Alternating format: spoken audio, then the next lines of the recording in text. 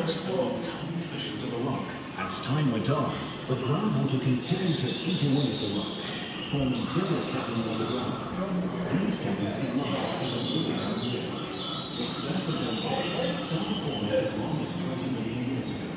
After the level of groundwater fell, the cave... Hey folks, it's Chris here at Sterkfontein at the caves here, the Cradle of Humankind as they call it, where they found a number of the hominid bones here over the years. And I was invited here, because I mentioned I want to go, by Chrismarie. Chrismarie, how are you? I'm good, thinking. How are you? Well, it's been an interesting day, hasn't it? A service delivery protest, and so I had to reroute around that. That took an hour and a half out of my day. And then as I came down here, the roads are really bad, and I dodged a pothole and couldn't see another one. I hit it and popped the first tire, and before I could get away from it, popped the second tire. It was all I could do to keep from flipping the car over.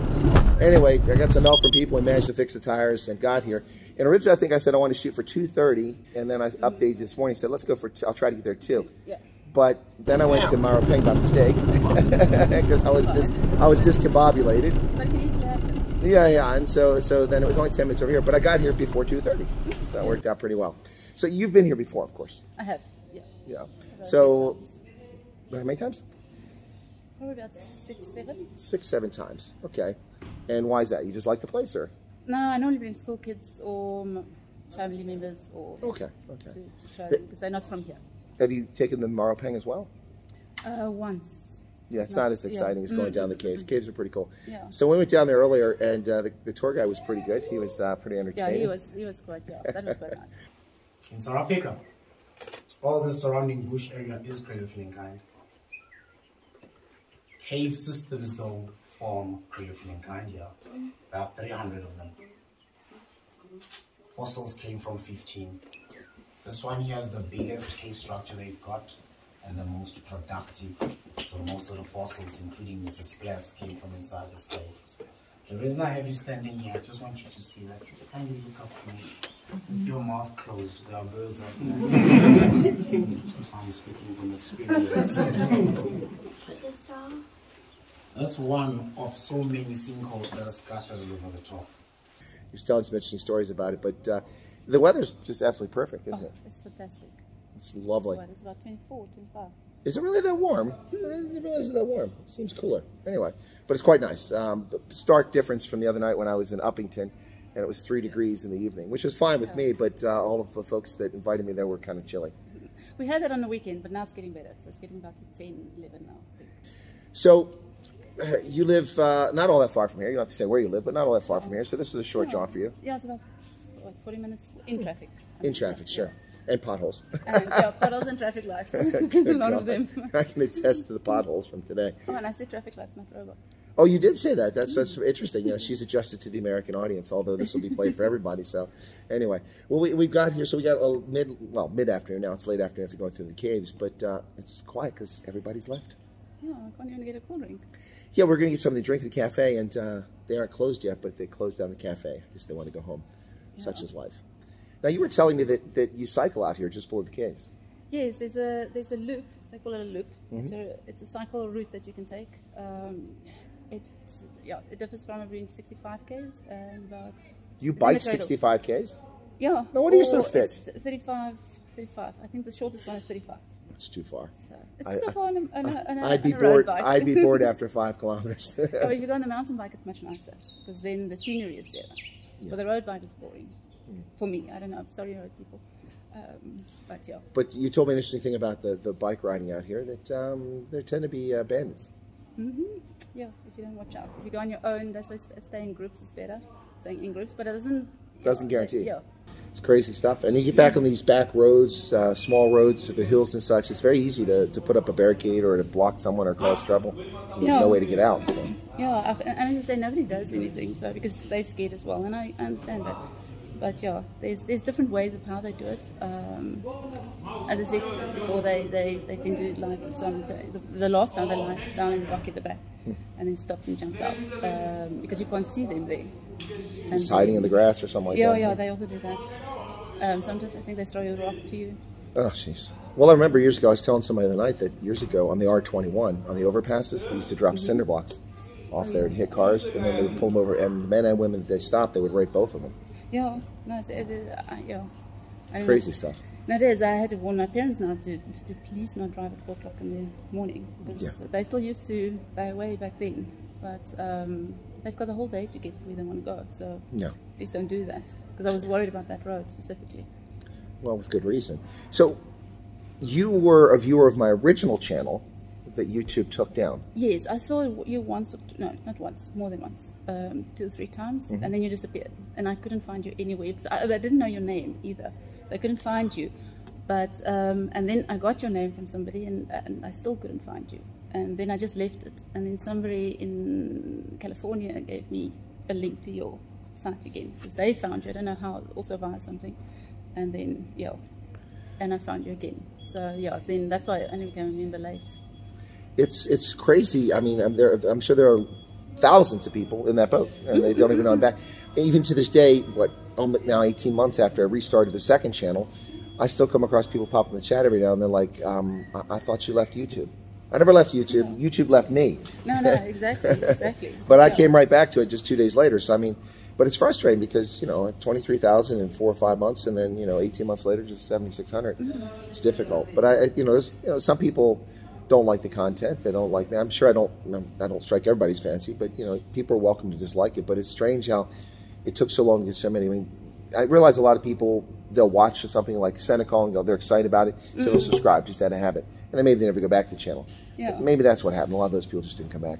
Because of the lockdown. I don't know. Well, that was they working now. And well, that was. I recognized that earlier. I said one of the problems is that for those of us who started doing what we were doing right as lockdown started, we really had a prime advantage because people were at home, they were trapped, they couldn't do anything, so looking for a release. And so many millions of people went onto YouTube and other social media that they wouldn't normally spend a lot of time on, and we gained a lot of subscribers. But I mean, we were still in lockdown when I came back, so I mean, but that does explain why a lot of people aren't there today. But YouTube's really suffering. They're trying to adjust and trying to play games, and like they're trying to catch up with TikTok now. So there's a lot of competition at the moment, and your beard was still short. When the first one, it's probably like this back then, So then, when I get back, your beard was much longer. Yeah, so then at least you know that it's chronologically accurate and it's real time. But no, thanks for inviting me out here. It was I've been here before, but it's nice to come with someone and go through the caves. And we had a really good tour guide, which made it fun. Yeah, no, he was a lot of fun, I must say. Yeah, he really it was quite nice.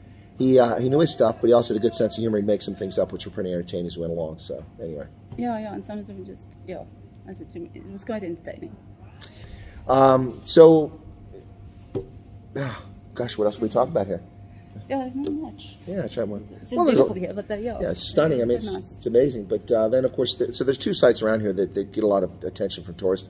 There's this one, the Sterkfontein Caves. But this isn't the only cave. There's dozens of caves around here where they found. And in fact, I was curious, and that's why I wanted to come back here, is I don't know geographically where the Homina lady, that's the Tswana for star, that's the hominid they found and unveiled in like 2017 or 2018, maybe somewhere around there. I think it was about 2017, 2016, 2017. Yeah, but they had been working on it for several years. They knew they had it, but they unveiled to the public, and so I was curious if that was here, but that wasn't even actually here. The guide says about 3.4 kilometers away from here, so not exactly the spot. It just shows you how much is around here. They have karst formations, limestone, all underground, and so it's interesting. He was talking about dolomite. I'd never heard dolomite used in quite that term before, in that fashion before. Dolomite to me is limestone, but it's above ground, so I never heard it referred to as underground. I'm not too clued up on that one. So you're not a geologist, eh? No, not at all. Okay. But you do teach, I think, right? I do teach, yes. And what do you teach? I do special needs and remedial, and I do sport. Sport? Okay. So PE, physical education. We call PE, yeah, exactly. So it's quite nice. So when I was a kid, we played war ball. Do you know what that is? Yeah. No. So I think of dodgeball, but it's not the same. It's almost the same. It's the same. Except because apparently in USA you're not allowed to play dodgeball anymore because it's too dangerous. It's not too dangerous. It's stupid. No, it's good. No, but I mean, it's good to play it. Kids love it. Yeah, but war ball is basically dodgeball with bowling pins. Ooh. No, you don't throw the bowling pins. No. What you do is on the basketball court, the last line on each end, you have like I think 5 or 7. They go across the court in the pins. So dodgeball, you get people out by hitting them. Sure. Or in war ball, you get them out, you take everyone out, or you take the pins down. So it's not just dodging; you've got to protect the pins too. Oh, okay, sure. Which is a lot more challenging. Yeah. Oh, I can do that. Yeah. So when I was in primary school, I was quite good at it because I was small and skinny, and I could evade most of the time. And then what I would do is lure them in and try to, you get close to the pin, and they're trying to get the pin, but they get a chance to get you because you get in front of it. And I'd line up just to the edge and then turn, and they'd always miss the pin. So it was quite clever. Nice, yeah. So I loved warball, but it was brutal. Yeah. You see, we had stingers.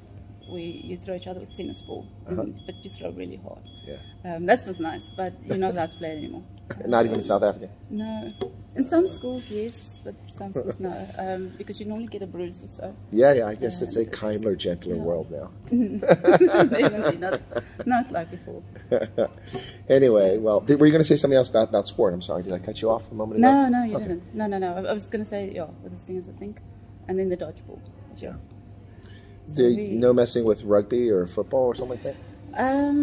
I'm at a special school, so and they don't really allow the kids with the rugby yet. Because of contact. So we do a lot of soccer, and it's an English school, mainly the English primary schools. I do primary. I'm high school trained, but do primary school, and they do a lot of soccer in the English schools, not as much rugby. When you go to high school, and people can correct me if I'm wrong.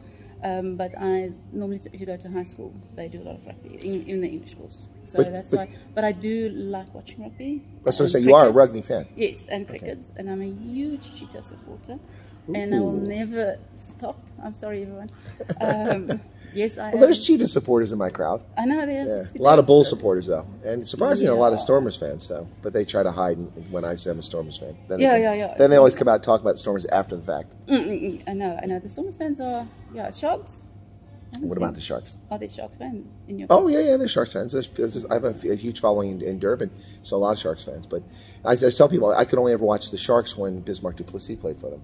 But he's originally a cheetah.